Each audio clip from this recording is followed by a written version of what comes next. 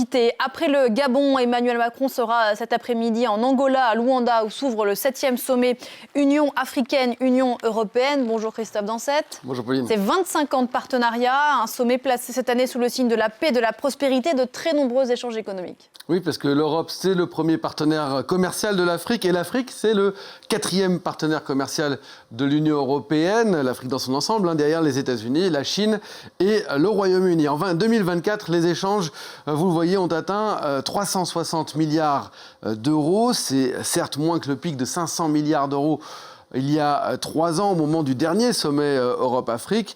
Mais sur 10 ans, c'est quand même une progression de 37%. L'Union européenne a par ailleurs signé des accords commerciaux avec 19 pays africains, un certain nombre quasiment la totalité des pays du Maghreb, l'Algérie, le Maroc, la Tunisie. Il y a aussi l'Égypte et on peut citer plus au sud la Côte d'Ivoire, le Ghana, le Cameroun ou encore l'Afrique du Sud. Mais derrière ces bons chiffres, la relation reste déséquilibrée. Le problème, c'est pas tellement la balance commerciale, on l'a vu sur le graphique précédent, qui est finalement relativement équilibrée. Le problème, c'est que l'Afrique, elle exporte majoritairement des matières premières, du pétrole, du gaz, du cobalt, du cuivre, même du cacao en agriculture. 71% des exportations, c'est des matières premières. Et elle importe surtout des matières, des produits transformés, des voitures, des avions, des machines, outils. Et même, pour reprendre l'exemple de l'agriculture, du chocolat qui revient donc transformé. L'enjeu de ce sommet, c'est d'essayer d'inverser cette logique et de créer plus de valeur sur le continent africain. Et c'est là qu'intervient, et on l'entendait tout à l'heure dans la bouche du président Macron, la stratégie européenne. Exactement, et cette stratégie, elle porte notamment un nom, c'est l'initiative Global Gateway. C'est une grande offensive européenne lancée en 2021 pour proposer une alternative aux nouvelles routes de la soie chinoises, pas seulement en Afrique, mais la plupart des investissements vont en Afrique. C'est la même idée, investir dans des infrastructures, dans des transports, dans le numérique, mais avec des standards présentés comme plus durables, plus transparents que ceux de Pékin.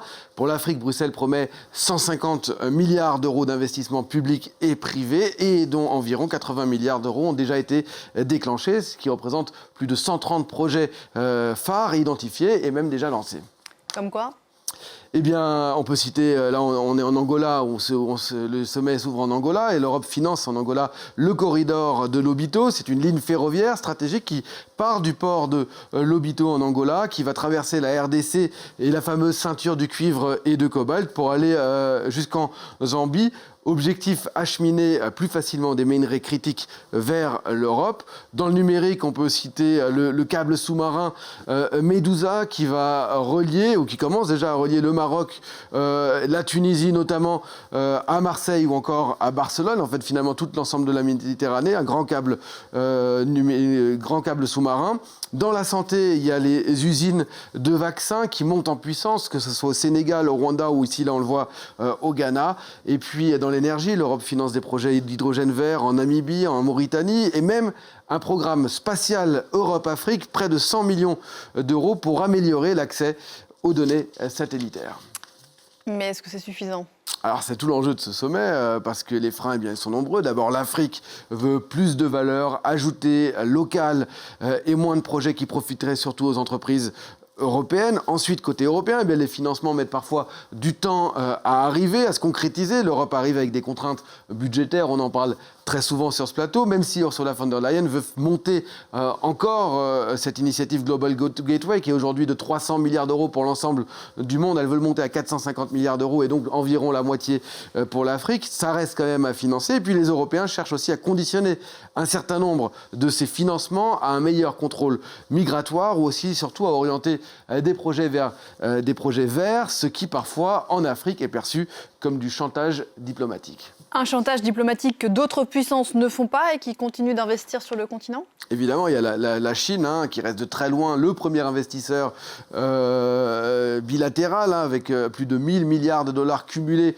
depuis 20 ans. Les ports, les autoroutes, des barrages, des zones industrielles. 25% de l'ensemble des financements internationaux, c'est la Chine, contre 10% pour l'Union européenne. Les États-Unis qui accélèrent aussi avec une initiative qui s'appelle Prosper Africa, qui est une sorte de contre-Global Gateway, et des investissements dans les industries stratégiques, notamment dans les énergies ou dans les minerais critiques. La Turquie, qui est devenue omniprésente, par exemple dans le bâtiment, la logistique ou encore l'aviation, les pays du Golfe qui investissent dans l'agro-industrie, les ports, les énergies renouvelables, et puis il y a l'Inde aussi, il y a la Russie évidemment. Bref, la compétition, elle est mondiale et c'est aussi pour ça que ce sommet aujourd'hui, il est très important. Merci beaucoup Christophe Sommet.